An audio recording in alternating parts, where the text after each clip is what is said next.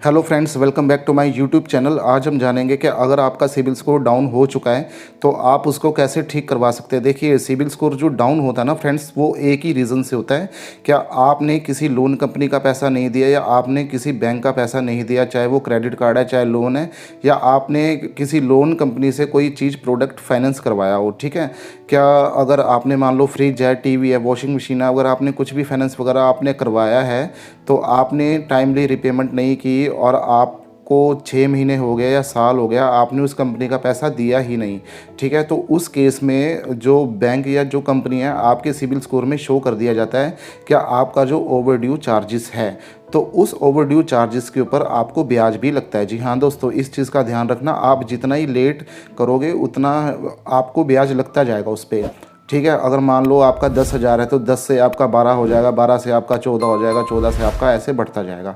तो अगर आपका ओवरड्यू चार्जेस शो हो रहा है तो उस दौरान आपका जो सिबिल स्कोर है वो बिल्कुल ही डाउन हो जाएगा।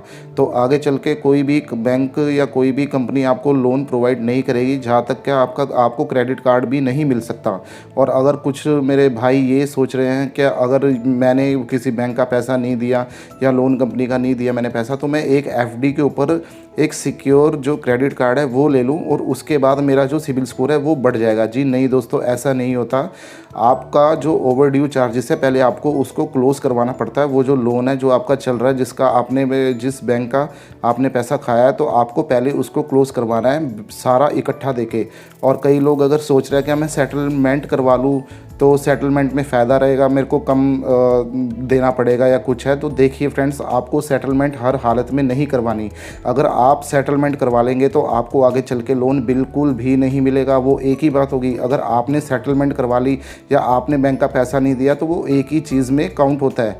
तो आपको सेटलमेंट अगर आपने की है तो बैंक ये चीज़ देखता है कि आपने तो सेटलमेंट की हुई है ऑलरेडी, तो सेटलमेंट में मेरा तो पैसा 10,000 रुपये मेरे तो बन रहे थे, तो आपने मेरे को 5,000 में मेरे से सेटलमेंट किया, तो वो आपको लोन क्यों देगा।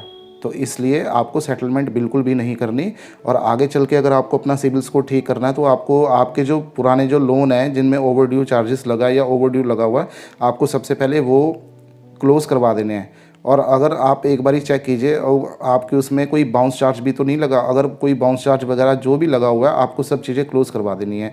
और एक चीज़ मैं बताऊं, क्या आपको ये बंद करवाने के बाद तो आप बोलोगे कि मेरा तो सिबिल स्कोर हाई नहीं हुआ, तो आपको पहले इसको लोन को क्लोज़ करवाना पड़ेगा।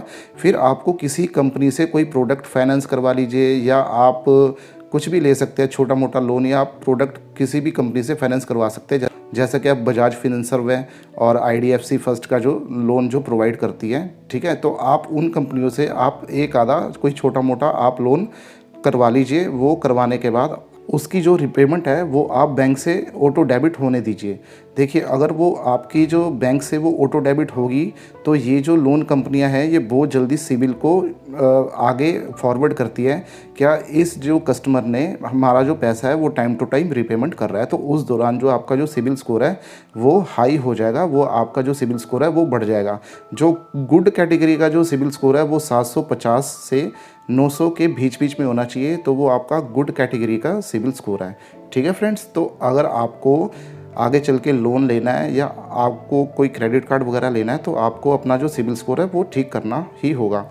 आज आप अपने दोस्त से एक बारी पैसा ले सकते हो, या अपने कोई फैमिली रिलेटिव से आप 1-2 बारी पैसा ले सकते हो, तो वो ज़्यादा बार भी आपको नहीं देगा ना, आप उससे ले सकते हो। ठीक है ना, तो अगर आप अपना सिबिल स्कोर सही करके चले और बैंक को टाइम टू टाइम रिपेमेंट करें तो आने वाले टाइम में आप कई बारी बैंक से लोन भी ले सकते हो और कई बारी आप क्रेडिट कार्ड्स वगैरह भी ले सकते हो। और ऐसे आपको जब जब भी रिक्वायरमेंट हो तो आप तब बैंक और लोन्स कंपनियों से पैसा ले सकते हो। ठीक है फ्रेंड्स, तो अगर आपको मेरी ये वीडियो अच्छी लगी तो मेरी वीडियो को लाइक करना मत भूलना और चैनल को सब्सक्राइब करना मत भूलना। तो मिलते हैं अगली वीडियो में।